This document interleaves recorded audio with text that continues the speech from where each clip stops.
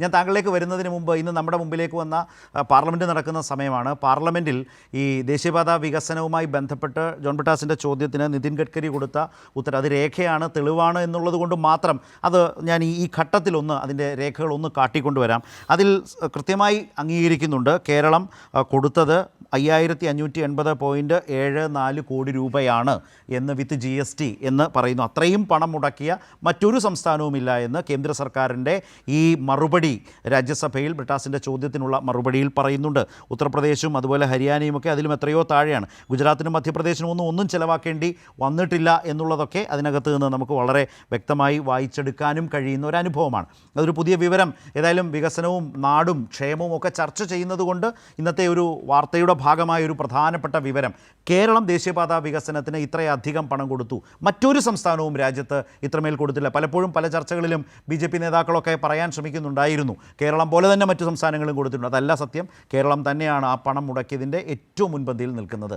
അത് ഈ 10 വർഷത്തെ കാലയളവുമായി ബന്ധപ്പെടുത്തി കൂടി കാണാവുന്നതാണ്. ശ്രീ കെ ജെ ജേക്കബ്, ഇപ്പോൾ തെരഞ്ഞെടുപ്പ് എടുക്കുമ്പോൾ ഏറ്റവും അധികം ചർച്ച ചെയ്യുന്നൊരു കാര്യം ഭരണവിരുദ്ധ വികാരമുണ്ടോ, അതുമായി ബന്ധപ്പെട്ട് ഈ കാലയളവിൽ മറ്റൊന്നാണ് ഗുഡ് ഗവേണൻസ് എന്ന് പറയുന്ന ഒരു കാര്യം. അപ്പോൾ ഒരു 10 വർഷം അതൊരു ഭരണ തുടർച്ചയാണ്. മലയാളിക്കൊരു പുതിയ അനുഭവമായിരുന്നു.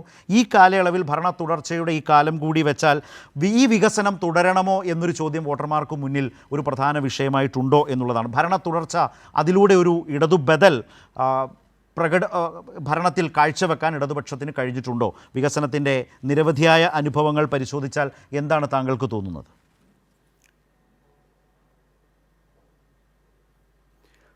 ഞാൻ ചർച്ചയില്ലായിരുന്നെങ്കിലും ഞാൻ ജോർജ് പറഞ്ഞത് കേട്ടുകൊണ്ടിരിക്കുകയായിരുന്നു. എനിക്ക് അദ്ദേഹത്തിന് പറഞ്ഞതിനോട് യോജിപ്പാണ്. എനിക്ക് തോന്നുന്നത് അദ്ദേഹം വീണ്ടും ആവർത്തിച്ച് പറയാൻ ശ്രമിച്ചത് LDF നടത്തിയിട്ടുള്ള വികസനക്ഷേമ പ്രവർത്തനങ്ങളെക്കുറിച്ച് അദ്ദേഹത്തിന് അഭിപ്രായ വ്യത്യാസമില്ല, പക്ഷേ അത് മതിയോ ഈ കടമ്പ കടക്കാൻ എന്നുള്ളതാണ് അദ്ദേഹത്തിൻ്റെ ചോദ്യം. അദ്ദേഹത്തിൻ്റെ ചോദ്യത്തിൻ്റെ ഒപ്പമാണ് ഞാനും. നമ്മൾ ഇംഗ്ലീഷിൽ പറയും that's necessary condition but not sufficient condition. തിരഞ്ഞെടുപ്പ് ജയിക്കാനുള്ള നെസസറി കണ്ടീഷനാണ്. അത് അത്യാവശ്യമുള്ള കാര്യമാണ്. നിങ്ങൾ നല്ല ഭരണം ഉണ്ടാവുക എന്നുള്ളത് ഇടതുപക്ഷത്തെ സംബന്ധിച്ചിടത്തോളം നിർബന്ധമായിട്ടും ഉണ്ടാകേണ്ട കാര്യമാണ്. പക്ഷേ അതുകൊണ്ട് മാത്രം തിരഞ്ഞെടുപ്പ് ജയിക്കാൻ പറ്റുമോ എന്നുള്ളതാണ് ജോർജ് ചോദിച്ചത്. ആ ചോദ്യം തന്നെയാണ് എനിക്കും ഉള്ളത്. എനിക്കതിന് ഉത്തരവുമുണ്ട്. എൻ്റെ ഉത്തരം എന്നുള്ളത് അദ്ദേഹം തന്നെ പറഞ്ഞതുപോലെയുള്ള ഇപ്പം ശരത് കാണിച്ച ഒരു ഇടതുപക്ഷ ബദൽ എന്നുള്ളത് ആ ഒരു ബദൽ രാഷ്ട്രീയം മനുഷ്യരുടെ മുമ്പിലേക്ക് വെച്ചിട്ടുണ്ടോ എന്നുള്ളതാണ് പ്രശ്നം. ഞാനിത് നേരത്തെയും ചൂണ്ടിക്കാണിച്ചിട്ടുണ്ട്. നമ്മൾ ഇപ്പോൾ PMശ്രീയുടെ കാര്യം അദ്ദേഹം പറഞ്ഞു. ഇപ്പം നമ്മൾ ഒരു കാര്യം നോക്കൂ, 2 സർവകലാശാലകളുടെ വൈസ് ചാൻസലർമാരെ മുഖ്യമന്ത്രിക്ക് ഒരു വൈസ് ചാൻസലറെ നിയമിക്കാനുള്ള അവകാശം ഗവർണർക്ക് വിട്ടുകൊടുക്കേണ്ടി വന്നു. PMശ്രീയിൽ നമ്മൾ ഒപ്പുവയ്ക്കേണ്ടി വന്നു. ഇതൊന്നും ഈ 2 കാര്യങ്ങളും ഇടതുപക്ഷ ജനാധിപത്യ മുന്നണിക്കോ CPMനോ താല്പര്യമുള്ള കാര്യമല്ല. പക്ഷേ സർക്കാരിനത് ചെയ്യേണ്ടി വന്നു. എന്തുകൊണ്ട് ചെയ്യേണ്ടി വന്നു എന്നുള്ള രാഷ്ട്രീയം നാട്ടുകാരോട് പറയാൻ LDF തയ്യാറായിട്ടില്ല എന്നാണ് ഞാൻ മനസ്സിലാക്കുന്നത്.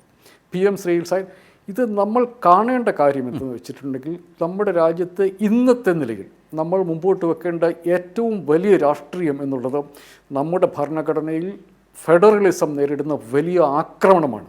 അതാണ് നമ്മൾ കണ്ടത്. ഇത് നമ്മൾ എന്തുകൊണ്ടാണ് മുഖ്യമന്ത്രി അങ്ങനെ ഒരു തീരുമാനമെടുത്തിട്ടുണ്ടാവുക? സർവകലാശാലയ്ക്ക് വൈസ് ചാൻസലർ ഇല്ല, അങ്ങേയറ്റം ഭരണഘടനാ വിരുദ്ധമായി നിയമവിരുദ്ധമായി അദ്ദേഹം തോന്നിയ പോലെ ചെയ്യുന്നു.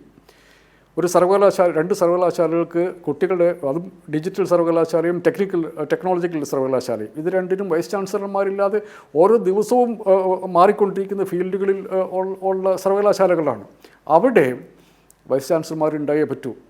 എന്തുകൊണ്ട് നിയമപ്രകാരം അത് വൈസ് ചാൻസലറെ നിയമിക്കാൻ പറ്റുന്നില്ല? അപ്പോഴാണ് നമ്മൾ മനസ്സിലാക്കുന്നത് കേരള നിയമസഭ ഈ ചാൻസലറുടെ സ്ഥാനത്ത് നിന്നും ഗവർണറെ മാറ്റിക്കൊണ്ടുള്ള ഒരു നിയമം പാസ്സാക്കിയിട്ടുണ്ട്.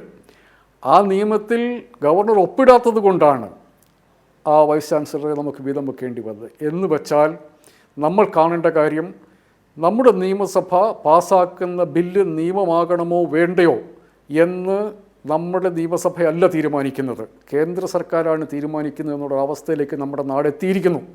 എന്ന് വെച്ചാൽ നിയമനിർമ്മാണത്തിൻ്റെ കാര്യത്തിൽ, ഭരണഘടനാപരമായ മറ്റവകാശങ്ങളുടെ കാര്യത്തിൽ, പണത്തിൻ്റെ കാര്യത്തിൽ, നമുക്ക് കിട്ടേണ്ടിയിരിക്കുന്ന നികുതി വരുമാനത്തിൻ്റെ കാര്യത്തിൽ, അർഹതമായിട്ടുള്ള കേന്ദ്ര സഹായത്തിൻ്റെ കാര്യത്തിൽ, ഇതിലൊക്കെ കേന്ദ്ര സർക്കാരിൻ്റെ രാഷ്ട്രീയത്തിന് ഒത്തുപോകുന്നില്ല എന്ന് കണ്ടാൽ കേരളത്തെ മാത്രമല്ല ഞാൻ തമിഴ്നാട്ടിൽ ജോലി ചെയ്യുന്നവർ, തമിഴ്നാട്ടിലെ ഡസൻ കണക്കിന് ബില്ലുകളാണ് കേന്ദ്ര സർക്കാരിൻ്റെ കീഴിലുള്ളത്. ഇപ്പോൾ അവിടെയും വൈസ് ചാൻസലർമാരുടെ നിയമനത്തിൽ ഗുസ്തി നടന്നുകൊണ്ടിരിക്കുകയാണ്. ഇതുവരെ ഞാൻ കണ്ടിടത്തോളം കോടതികൾ പിന്നെ സർക്കാരിന് അനുകൂലമായിട്ട് വിധിച്ചിട്ടുണ്ട്. നമുക്കും ഒരു വിധി അനുകൂലമായിട്ട് വരുന്നത് പോലെയൊക്കെ ഒരു ലക്ഷണങ്ങൾ കാണുന്നുണ്ട്. ഈ നമ്മളുടെ ഭരണഘടന അടിസ്ഥാനപരമായി വെക്കുന്ന പല മൂല്യങ്ങളും അതിഭീകരമായ വെല്ലുവിളി നേരിട്ടുകൊണ്ടിരിക്കുകയാണ്. ഈ രാഷ്ട്രീയം കൂടി മുന്നോട്ട് വെക്കാൻ വേണ്ടി നമുക്ക് പറ്റണം. ഒരു പാലം പണിയുമ്പോൾ ആ പാലം പണിയുടെ പുറകിൽ ഒരു പൊളിറ്റിക്സ് ഉണ്ട്. ഇപ്പം നമ്മൾ ഇന്ന് തിരുവനന്തപുരത്ത് അമ്പൂരിയിൽ കുമ്പിച്ചൽ പാലത്തിൻ്റെ ഇനാഗുറേഷൻ ഞാൻ ആ സ്ഥലത്ത് പോയിട്ടുണ്ട്.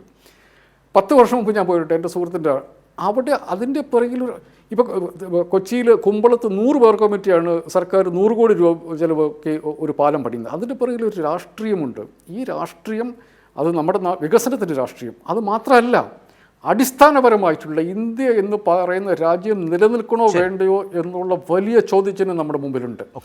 ഈ രാഷ്ട്രീയം മനുഷ്യരോട് പറയുന്ന കാര്യത്തിൽ ഇടതുമുന്നണി ഒരു വിജയമാണോ അല്ലയോ എന്നുള്ള കാര്യത്തിൽ തർക്കമുണ്ട്.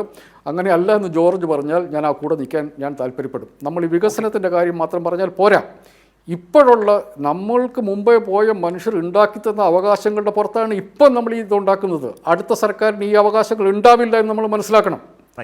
അടുത്ത നിയമസഭയ്ക്ക് ഉണ്ടാകുമ്പോൾ ഇത്രയും ബില്ലുകൾ പോലും പാസ്സാക്കാൻ വേണ്ടി ഗവർണർ സമ്മതിക്കില്ല. അപ്പോൾ പിന്നെ നമ്മൾ എന്തിനാണ് ബില്ല് പാസ്സാക്കുന്നത് നമ്മൾ ചോദ്യം വരും. ഈ ചോദ്യം നമ്മൾ മനുഷ്യരുടെ മുമ്പിൽ വെക്കണം. എന്നിട്ട് കോൺഗ്രസിൻ്റെ നിലപാട് എന്താണെന്ന് ചോദിക്കണം.